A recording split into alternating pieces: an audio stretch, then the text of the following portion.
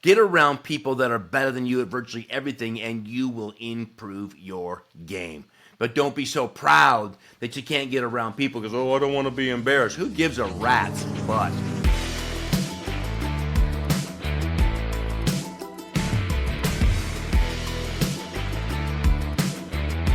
Welcome to the Man Maker Show.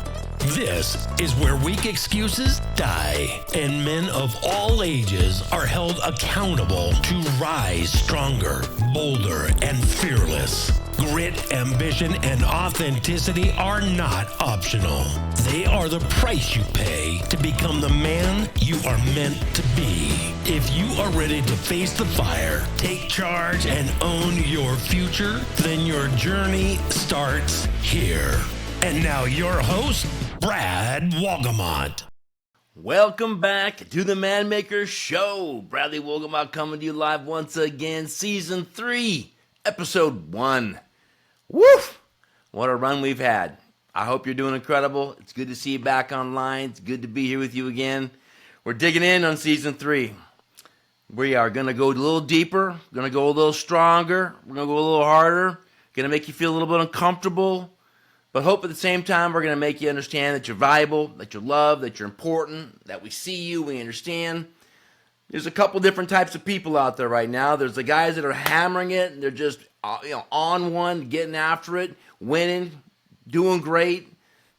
Really what I want to talk to you guys about is how to have an end line in thought so that you've got a goal set. It's not just endless, 20 years, 30 years, 40 years, 50 years. Set a number, go get that number, and then hang up the cleats.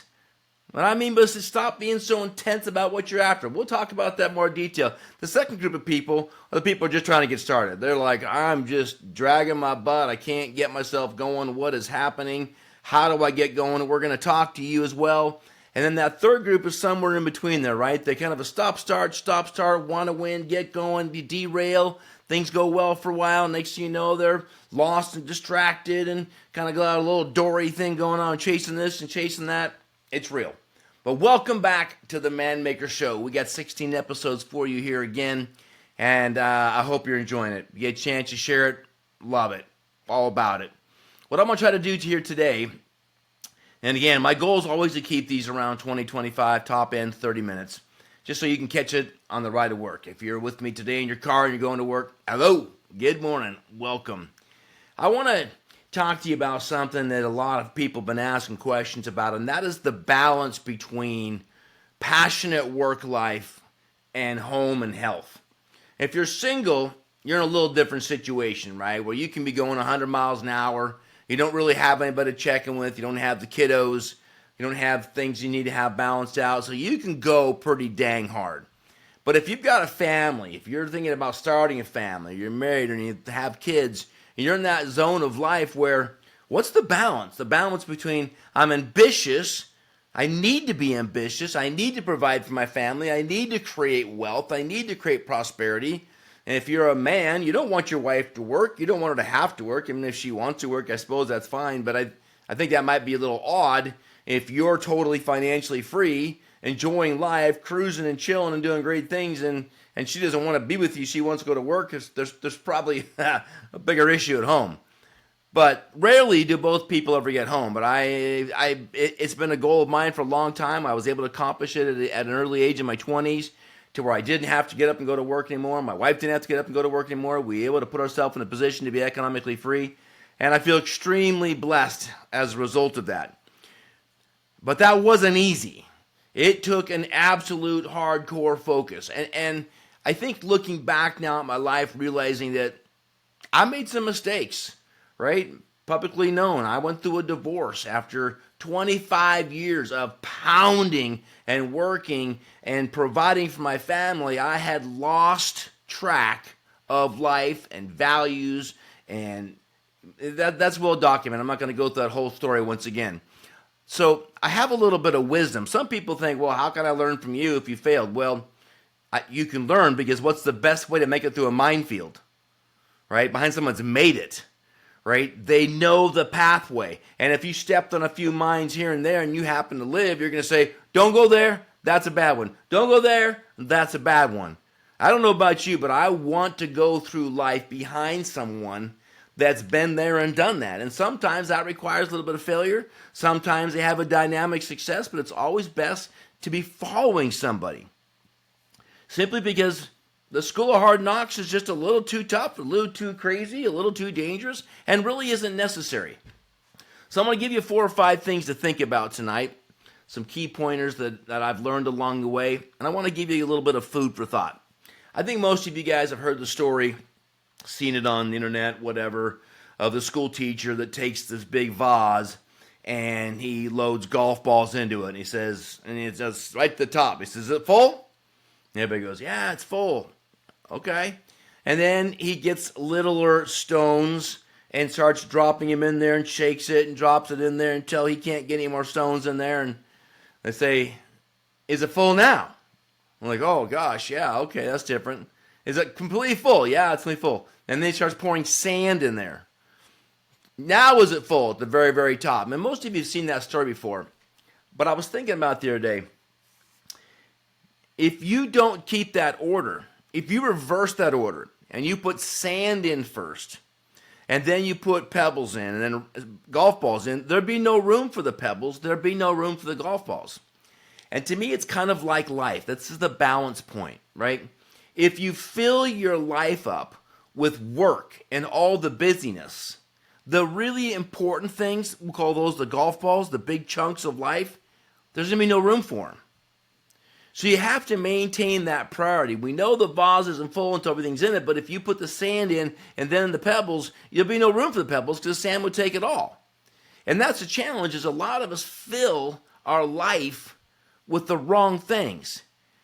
And I've heard it said for years and years and years, it's 2 of the hardest things to do. Figure out what the main thing is, and the hardest thing to do is to keep the main thing the main thing. But this is why you set goals. This is why you write things out. This is why you have family meetings. This is why you ask yourself, exactly how do I want to live? And you reverse engineer your life from there. You ask yourself first and foremost, how do I want the story to end? For me, when I think the end, I'm not talking about death, which, I mean, that's obviously part of our whole program here, but what I want is when I'm done making money, what do I want to do? Right? Now, making money is great, but I mean, I wanted to travel. I wanted to fish and hunt and golf. I wanted to raise my kids. I wanted to be taken to school. I wanted to do fun things. And the problem is, it's a little difficult to do all that when you're working all the time. So you get this default where people go, "Well, I'm not going to do all that because I'm going to be super dad." And as a result, they're financially challenged. And their wife has to work because they don't make enough money. And so now you have 2-income family. Now you both don't have time. So it's held in tension. My pastor's taught me this for years. It's held in tension. You got super ambition. I want to provide for my family, and I don't want to be broke and have my family be struggling and have to put them in public schools or put them in daycare because mom and dad both work. How do I create both? And it is doable, but it's about sequencing. It's about understanding, keeping your priorities, keeping your main thing the main thing. If you're raising kids and you take a job that requires you to travel like crazy, that probably is not the job for you. If you have a job that takes you away 18 hours a day, you better have some balance to bring yourself back to spend time with the family, because you might find yourself at the end of the rainbow without a family. And I know plenty of stories like that. So how do you do that? So to me, it's about prioritizing, all right? Elon Musk says there are lots of people with talent. There are lots of people that are with intelligence. There are lots of people that are smart. But what we're short on is in people with passion, people with heart, people that are willing to lay it on the line. And I think that's the missing ingredient for most people, is they think that if they lay it on the line for their job or their company, they're not laying it on the line for the family. And personally, I think that's a fallacy. I don't think you can separate the two. I can be on fire for my family and on fire for my work. I just have to learn how to schedule proper family days, connection time, priorities. I need to learn to engage my kids in my business goals so they have their little check-off chart on the refrigerator. And as daddy does things or mommy does things, they get a check and they get a check and they get a check. And eventually when they get X number, like Chosen right now has 12 boxes she has to fill in. And when we accomplish certain things 12 times, she gets this day with mom and dad. She gets to be involved in the business decisions, how we all work together. I think a lot of people just get caught up, well, I just don't want to really work that hard. And I think the price you're going to pay is you're going to work kind of hard for a long time. I'd rather work really, really, really hard for 3, 4, 5, 8, 10 years than kind of hard for 20, 30, 40 years. You make the choice. If you're going to live to work till you're 60 or 70, well, you're going to give up 30, 40 years. Yeah, that's just the reality. I mean, let's just do the math. If you worked 16 hours a day for 50 weeks a year, that's about 4,000 hours. And let's say you did that for 10 years. That's 40,000 hours, okay? Quick math. If you work 8 hours a day, that's 2,000 hours a year, but you work for 40 years, that's 80,000 hours. It's real simple math. You want to work 40,000 hours or 80,000 hours? And if you're really smart and you're really efficient, you might not even have to put the 40 or 50 in, but you better be organized. And you got to have that mindset that, look, it's going to take hard work. It's going to take sacrifice. It's going to take early mornings, late nights. It's going to take some stress. It's going to take some deep conversations with your partner. It's going to take your kids understanding being with you. But if not, I can't even tell you people I know that are in their 50s and 60s that still have to work because they just never got ahead of it. Now, these are good people. They're my friends. I love them. I don't mean that in any form of judgment.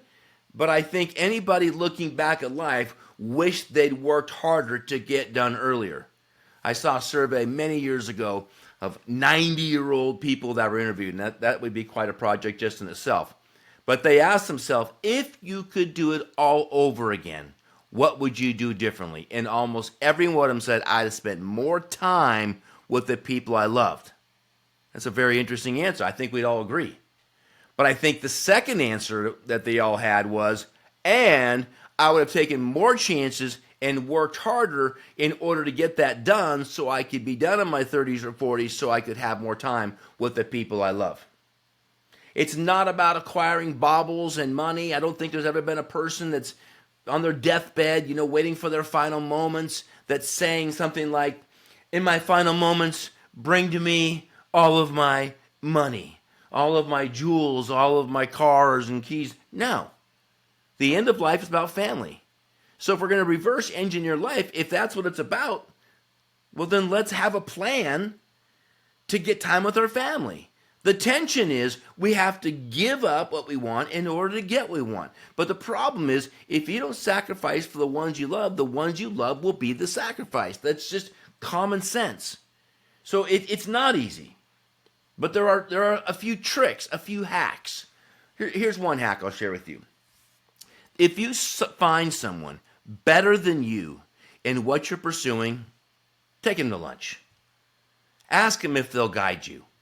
I was out at the golf course the other day hitting some balls, and there was a gentleman there that was, he was in Q school many years ago, and then went through a tragic accident and altered his life forever. But he's still coaching golf, and he's very successful, and I can't wait to see this guy again because I want to say, can I buy you lunch? I want to know how you tick. I want to know how you became so successful at golf. I want to know how you became so successful at business. I want to know how you became so successful with your family. And what I also might be most important is I want to know how you kept going when you went through a devastating accident that altered your life forever. How did you get back up? What was the mindset? How did you heal? When you find someone more inspiring than yourself, buy them lunch. Ask them questions. I think in season 1, every single month you should do a learning lunch. A learning lunch is where you sit down with someone more successful than yourself and say, can I buy a lunch? Can I ask you a question? I want to know how you think. I want to know what you know. So learn to process that in your life. On the antithesis of that, the opposite of that, next piece of advice I would give you is stop taking advice from people that aren't doing as well as you, that aren't living a life as full as you. Now, you can measure life through any matrix you want, but to me, it's not just about money. I'm looking at their marriage. I'm looking at their health. I'm looking at their finances. I'm looking at their kids, how their kids look at them. I am going to stop taking advice from people that aren't more successful than myself, and I have a matrix how I do that. That doesn't mean I'm judging them. I mean, everybody's, oh, don't judge me. It's like the Christian thing today. Don't judge me. Don't do it. It's not what I'm talking about. I'm talking about if I'm going to learn to be great at something, I want to talk to people that are great. And if they're not, I'm not going to listen to them. Doesn't mean I don't like them. Doesn't mean I'm going to disrespect them. Just mean I'm going to listen to them. One of the craziest things, and again, I'm going to use golf as a metaphor a lot because I'm really into it, but one of the funniest things I hear at the driving range is a lousy golfer giving advice to a lousy golfer. It is hilarious. I mean, the guy that can barely hit the ball is teaching the guy that can't hit the ball how to barely hit the ball. And guess what? That dude never gets any better. Why? Because the source of his intel is no bueno.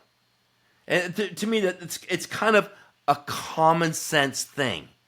But it's amazing how we'll talk to our relatives, we'll talk to our parents, we'll talk to the brother-in-law, right? I don't know why, their family, their neighbors, their relatives, their people we love, and so we end up picking their brains, but yet they haven't achieved what it is you're after. So why in the world would you want to know what they know? If you want to just have casual conversation and kick it and pick their brain on a few things, that's fine.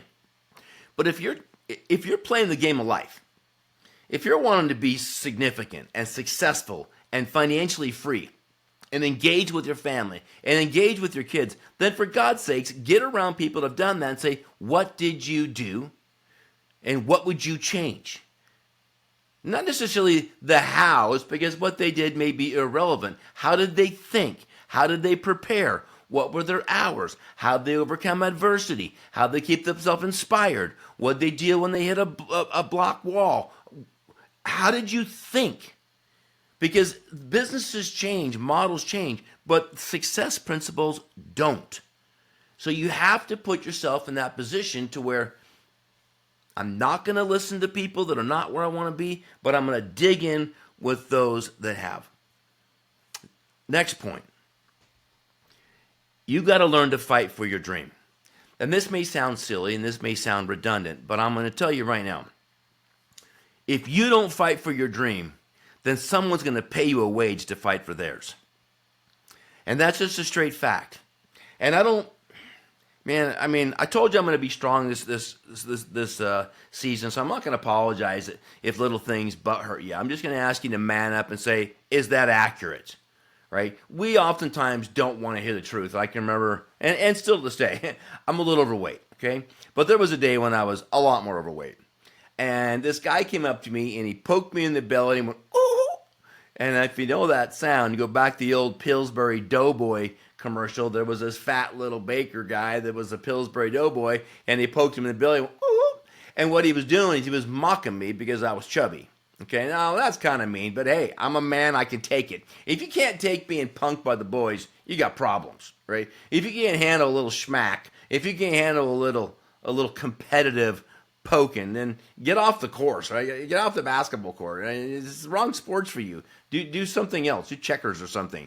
But I had a choice right then and there. I could be butthurt, I could be embarrassed, I could poke him back, or I could say, damn. Yep. You're right. And I got to go to work on it. Choices. So what I have found is people that are significantly successful have taken the most painful, most embarrassing moments and turned them into something significant. I was talking to a guy the other day, a new friend of mine, who I would say is relatively new to being successful in the construction business within the last decade. But in his early days, it was tough to build because he needed to raise money. Because typically you don't have money, but you have skills and you have this attitude. And so he had this project, but he couldn't get any funding. And one of the last places he went, the guy kind of laughed at him. And that made him angry enough to say, I'm going to show you. And he took every dollar he had, went to work, 4 o'clock in the morning, worked and built this hotel and had, was 2/3 done, but he was out of money. But he was doing everything he could. You got one more breath, take it. One more step, take it. And he's there at 4 or 5 o'clock in the morning, probably before the sun's up. And that investor happened to come by and see him down there working his brains off. And he said, boy, you got some huevos on you, man. Good for you. You're doing this? And right then and there, he says, I'll back you. And one of the cooler stories I've heard in the last several years, because he put his name on the line. Everything he had, every dollar he had, every ounce of sweat, every bit of energy, probably sweating bullets every day. Am I going to lose everything I've got? But because he went out on faith, because he grabbed, because he proved it, I got a feeling this investor was probably watching him from the very beginning to see if he was real, to see if he was going to fall through. And when he could see that this dude was not going to give up, he said, I got you. And off they go, and now he's tremendously successful in building things all over the country. That's the story of excellence and success. So you're going to have to dig in. It's time. Many of you have heard of the rule of 100, right? And if you haven't heard of the rule of 100, basically says that if you'll take 18 minutes a day, which is about 100 hours a year, in 1 year, you'll be in the top 5%. You want to learn to play an instrument? 18 minutes a day. You want to learn to play golf? 18 minutes a day. A year ago, well, I've had bad knees for about a decade. And I played competitive tennis and had a lot of injuries. I couldn't play. So for about 20 years, 15 years plus, I've not been able to golf. Probably closer to 20 at all. But about 10 months ago, I went down and got stem cell treatment in my knees, and I was rebirthed. And I went back to the golf course in May of 24, and I couldn't break 100. And I mean, I couldn't hit it straight, sideways. I couldn't hit it long. I mean, it was like, I might be done. It might be too late for me. My golf game might be over. But I just determined I'm going to be the hardest working guy on the golf course. And they would tease me, here's the range rat, Brad. Because I'd be out there just pounding balls and pounding balls. And they were awful. I'd top them. I'd hit them sideways. I'd shank them. I'd flailing hooks. But I kept watching videos. I kept studying. I kept working. I kept playing. I couldn't break 100 for like 3 months. It was ridiculous. And all of a sudden, something began to click. And then I was able to shoot in the mid-90s. And then I was able to break 90. And then I was able to break 85. And then I was able to break 80. And now I'm able to consistently, I think, drop into the 70s on this particular course where I was unable to break 100.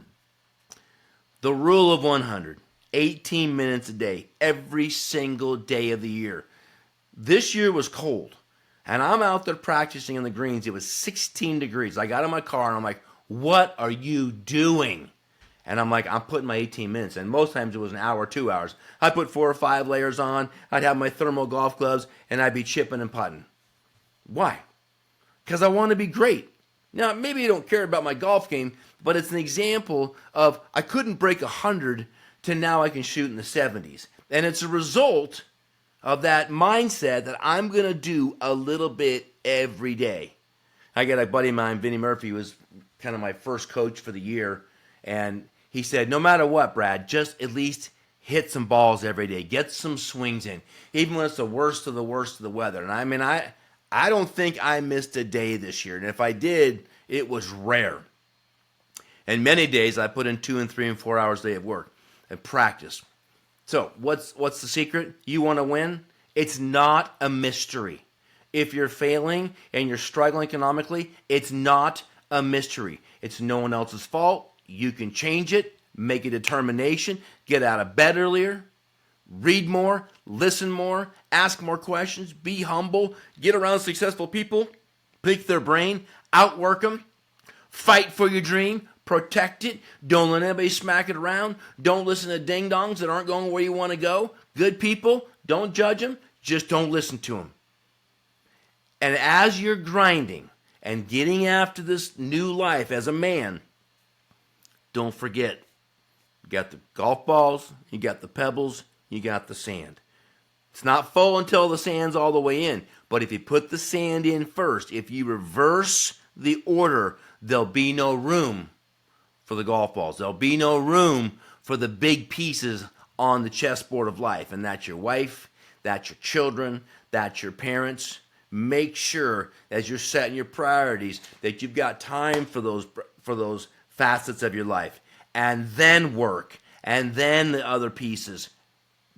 This is crucial because I don't want to see you go after it and be smashing life but yet fall apart. That kind of happened in my life. I also don't want to see you be so full of fluff that you never really get to work and smash it and have to work into your 50s and 60s and God forbid even your 70s because you didn't take it seriously. Welcome back to the Man Maker Show. Lots more to cover, a lot more episodes. I'm excited to be with you. I'm excited to see what you're going to do. I'm excited to see you go to work. I want you to write these things down, put them on your wall, put them on a 3x5 card, put them on your steering wheel, and start going to work on it. Ask yourself, who am I listening to? Am I fighting for my dream? Am I meeting someone that makes me level up? I recently met a couple guys in this area, like, that dude levels me up in certain areas, and I like that. Get around people that are better than you at virtually everything, and you will improve your game. But don't be so proud that you can't get around people because, I don't want to be embarrassed. Who gives a rat's butt? You know what I know about excellence people? They like hard workers. They like guys that are struggling and failing and in the golf course hitting bad shots. They're like, I'm going to keep working on it. I'm going to keep working on it. I keep working on it. I played with a guy last year, and I don't know what I shot, upper 80s, and he's like, you know what, that's phenomenal. You haven't played in 20 years, and you played for 3 months, and you're already breaking 90. That is phenomenal. I said, will you help me? And he was like a scratch handicap back in the day, and now he's like a 5 handicap. He goes, of course. I have such admiration for your work habit at this season of your life to still go for it. There are a lot of people out there that want to help you, that want to see you win. Present the right attitude, present the right work habit, fight for your dream, don't let ding-dongs in, keep your priorities right, and you're going to do just fine. All right? Stay strong, keep kicking butt. We'll see you in the next episode. Bradley Wolgamott, Man Maker, out.